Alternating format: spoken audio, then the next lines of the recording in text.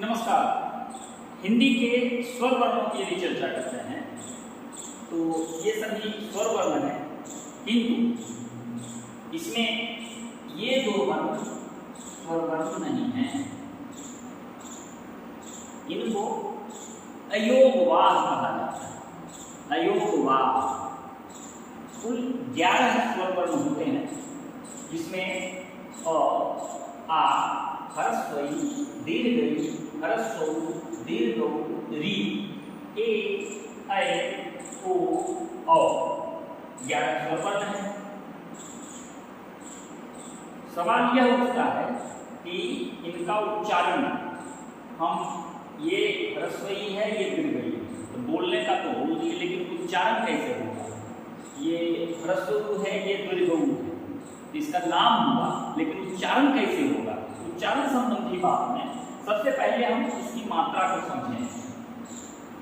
यह आ है, प्रत्येक स्वर वर्ण के लिए एक मात्रा होती है, यहाँ ध्यान देना है। इसको आ कहते हैं, लेकिन इसको आकार कहते हैं। यह ह्रस्वई है, लेकिन इसको ह्रस्वई का कहते हैं। ये दीर्घई है, इसको दीर्घई का कहते हैं।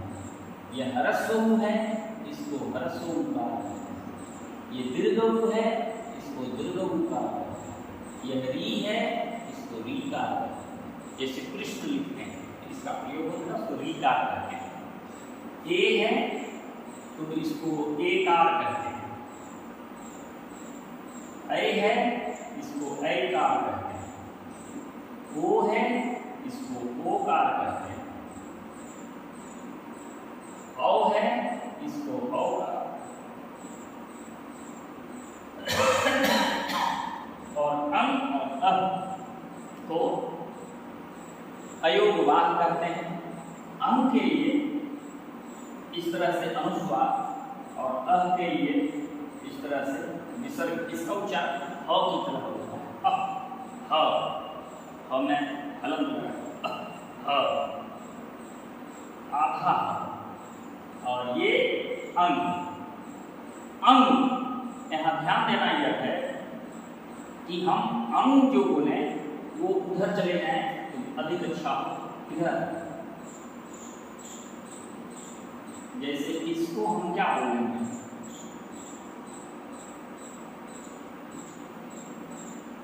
इसको हम बोलेंगे अंग। तो यही है अनुस्वार। इधर से ही हम जाएंगे अंग। अंग ग के करीब पहुंचे और ग को पूरा कर दिए, अंग।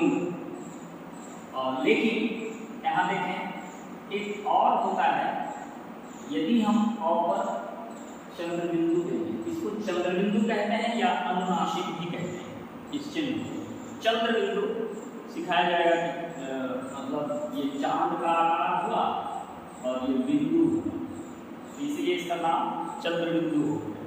तो इसका उच्चारण है अं। जैसे हम यदि लिखते हैं, मान लिया जाए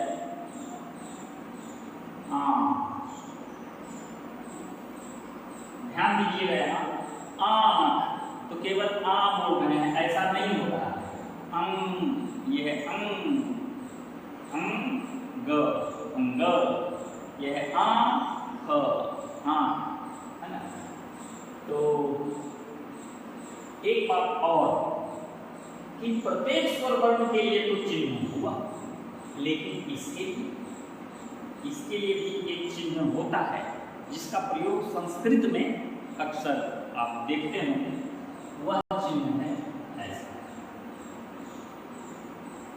जैसे संस्कृत का एक शब्द यदि हम लिखें,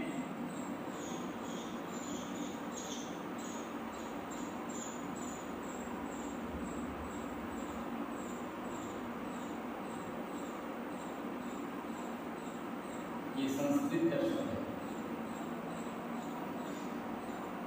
इसे क्या पढ़ा जाएगा? इसे पढ़ा जाएगा कोअपि, कोअपि, कोअपि। अब इसके उच्चारण की बात मैं कंप्लीट करूं।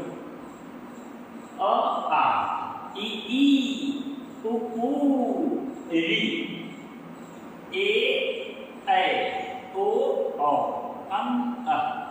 मुख्य ये 4 जो वर्ण हैं इसके उच्चारण में बोलते हैं, शिक्षक सिखाते हैं कि ह्रस्वकार का उच्चारण या ह्रस्वईकार का उच्चारण जल्दी से होता है, शीघ्रता से होता है, और दीर्घऊ का देर से होता है।